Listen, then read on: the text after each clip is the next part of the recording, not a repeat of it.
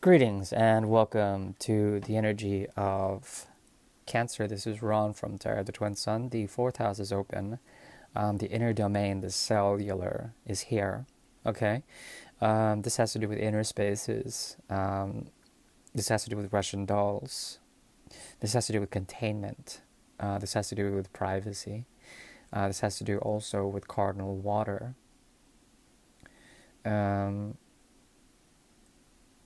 This also has to do with the inner world, producing the first step towards spiritual liberation. And yeah, this is Ron from Tarot of the Twin Sun.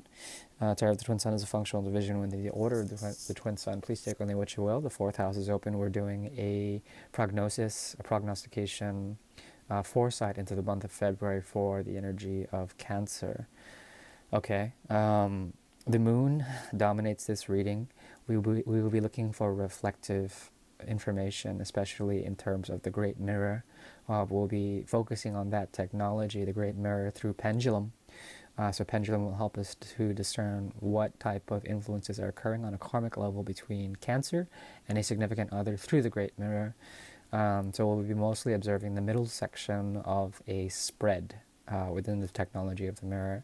And these are karmic appearances, okay?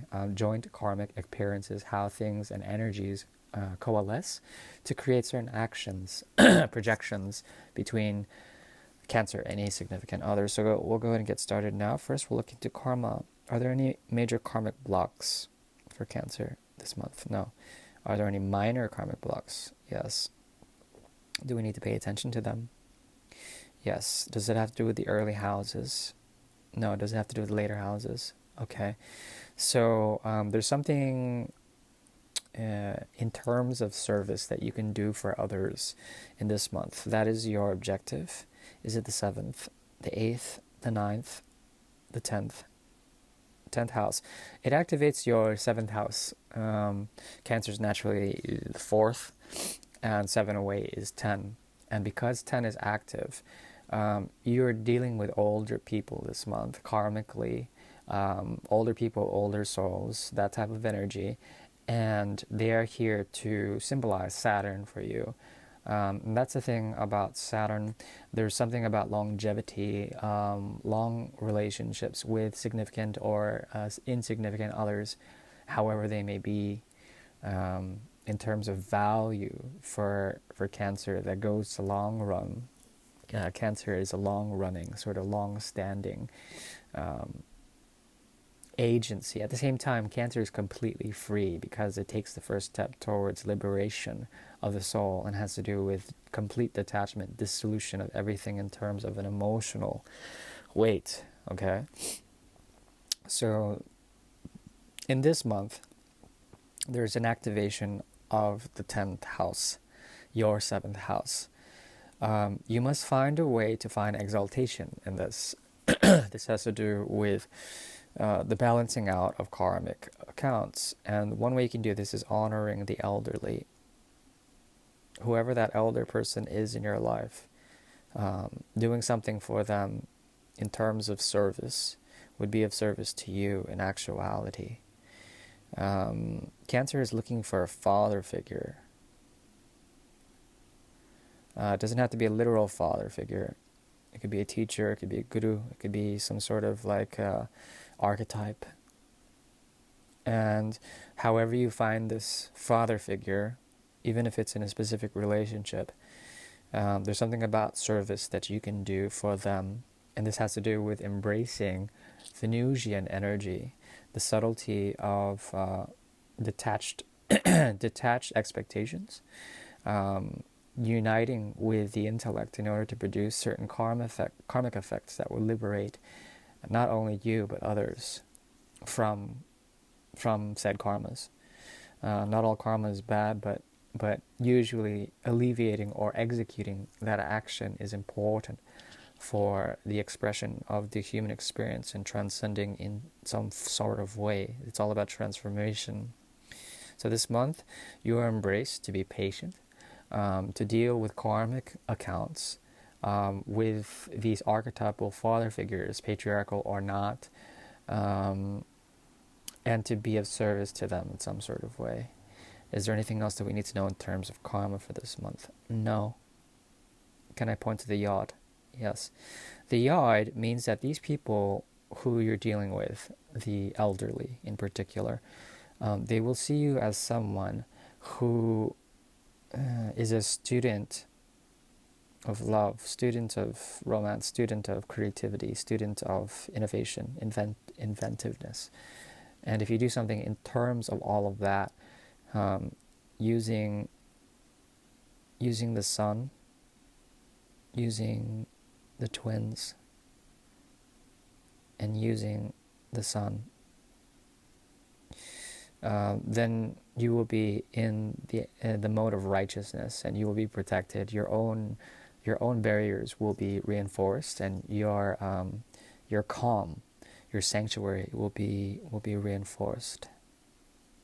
Anything else? No.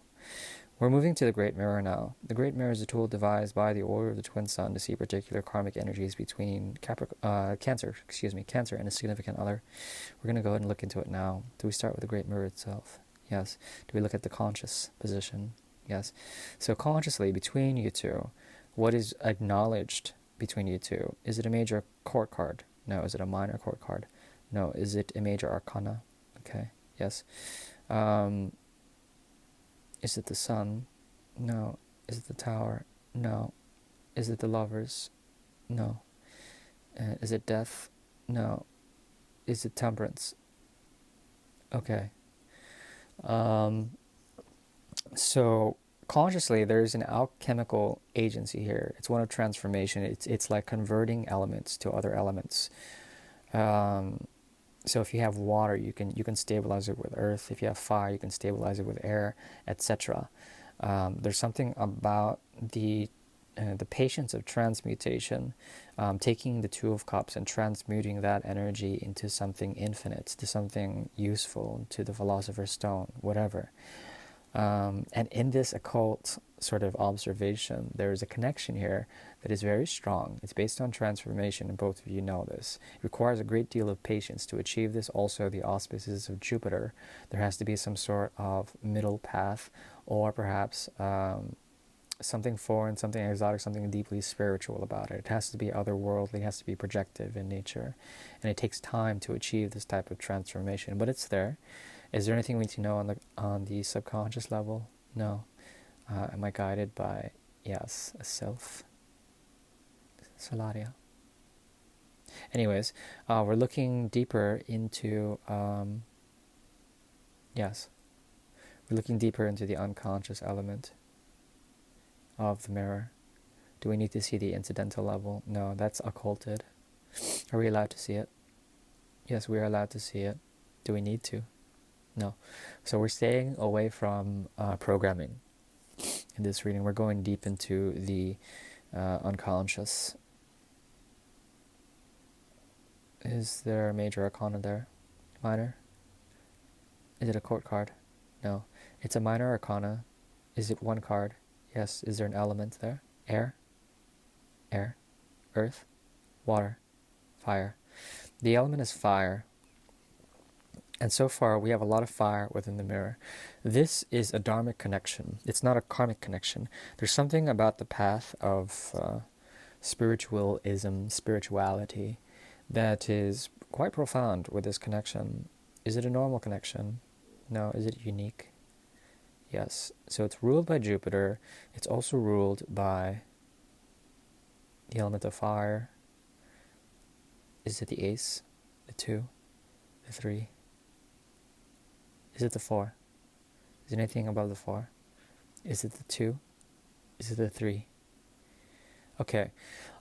This is a distant connection, I would say. It doesn't have to be literally distant, but metaphysically it is. The sea of time and space, the many versions of realities that exist between you two are manifold. There's a lot of them. Doesn't mean that what you have together is unattainable, but there's a certain degree of respect of the Dharma that exists on a similar level between you and this person.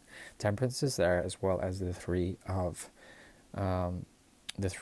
rods. There's a great deal of Jupiter watching over this. Jupiter will gift you eventually with this connection. That means that there's a possibility of birthing of some sort. There's a possibility of truth being birthed out of this connection, of a deep spiritual truth, a realization. Both of you are waiting for something. I think it's them waiting for you, but at the same time there is the need for patience and temperance on a conscious level. Are they aware of each other now? Who they are with each other? Are they aware of each other now? They always have been. So this is a deep soul connection, I want to call it that. Are they in contact right now? No. Is there any more advice that they need to know? No. Alright, that's the best I can do for you. Thank you. Bye-bye.